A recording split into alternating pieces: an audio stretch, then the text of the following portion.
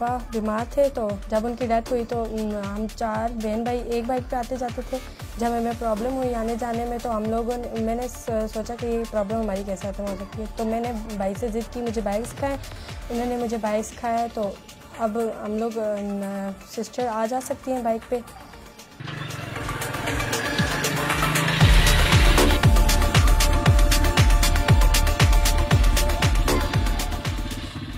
लोगों ने बहुत कहा बाइक लड़की चलाती है, उन्होंने बहुत मजाक उड़ाया, लेकिन फिर भी मेरी अम्मी ने मुझे सपोर्ट किया है, मुझे बाइक चलाना सिखाया है और मैंने अब चला सकती हूँ। मैंने बाइक चलाना सीखा तो मेरे दिल में एक खौफ था, लेकिन जिस टाइम मैंने आहिस्ता आहिस्ता सीखने लगी तो मैं आदी होगी, फिर मैंने उसको सीख लिया। तो मोहल्ले वाले बहुत मजाक उड़ाते थे, तो फिर भी जिस टाइम मैंने पहले मैं घर में चलाया करती थी, फिर मुझे भाई ने एक दिन बाहर निकाला, फिर मैंने वहाँ पे सीखा, तो अब मैंने सीख लिया हुआ बाइक।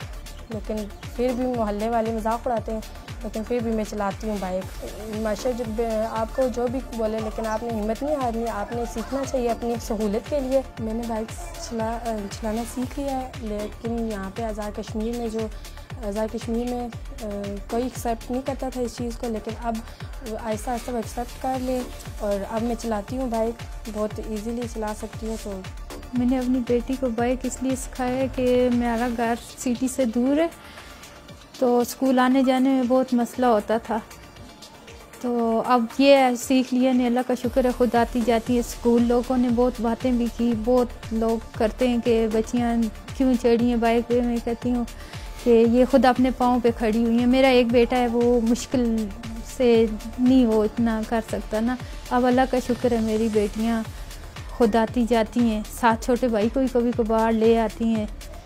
जो लड़कियां ऐसा रखती हैं वो खुद चलाएं, ताकि बहन अपने भाई की, बेटी अपने बाप का सहारा बन सकें और बच्चियां भी सीखें।